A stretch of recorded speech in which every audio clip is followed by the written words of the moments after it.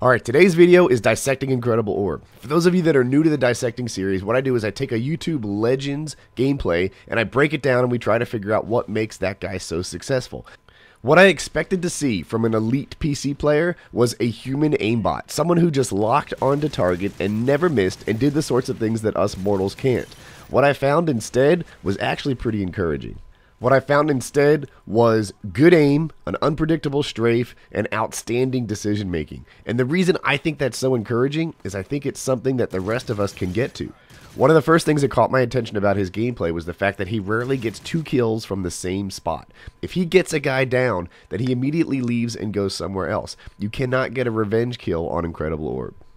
Alright, in this next sequence, check out the thing of beauty that is watching Incredible Orb check his lines of sight.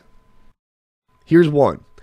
Take a look, make sure it's okay. There's a guy there, takes him out. Next, he's going to check this line of sight. Now, there's nobody there, but if there was, you think he would have won or lost this gunfight. Alright, let's move on. Takes a look, bottom of the stairs. He walks in so that he can see the bottom of the stairs and watch him wiggle to the left just to check that line of sight, the guy that we're seeing right now. Did you see the way he did that? That was no accident. It's about to happen again in a second. He'll walk in this thing, check the bottom of the stairs, he'll wiggle to the left just to check the other line of sight, and then he'll take this guy out. Does it every time. This guy is checking his lines of sight so smart. It's so disciplined. It's ingrained in him.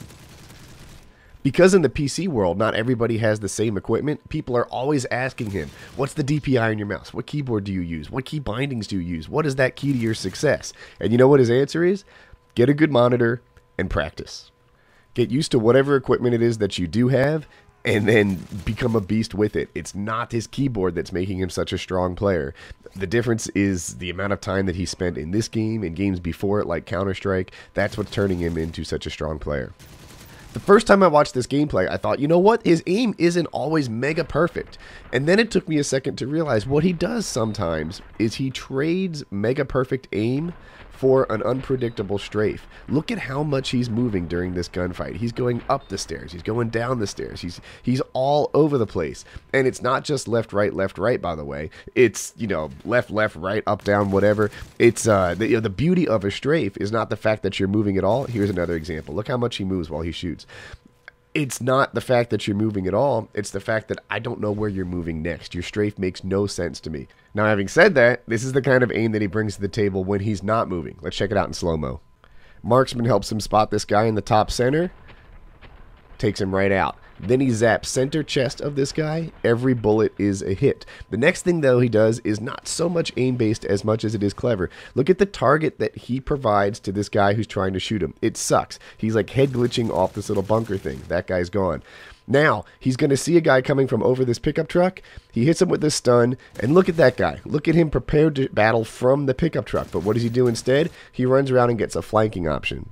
I've done a lot of these dissecting videos, and while the top players do have amazing skill on the mouse and keyboard in this case, or on the stick in the case of a controller, usually it's not that they're so much better that they're winning 25 fair gunfights in a row. Usually what's happening is they're setting up these gunfights so that it's never a fair fight. It's just always about controlling the engagement, making sure that they have the advantage before the fight even starts. Watch him get hurt here. Turns on a guy, and now he's going to go take cover. He's going to lay down. He's got teammates in front and behind him protecting him, just by chance. And he waits until he's completely healed before he gets into his next gunfight.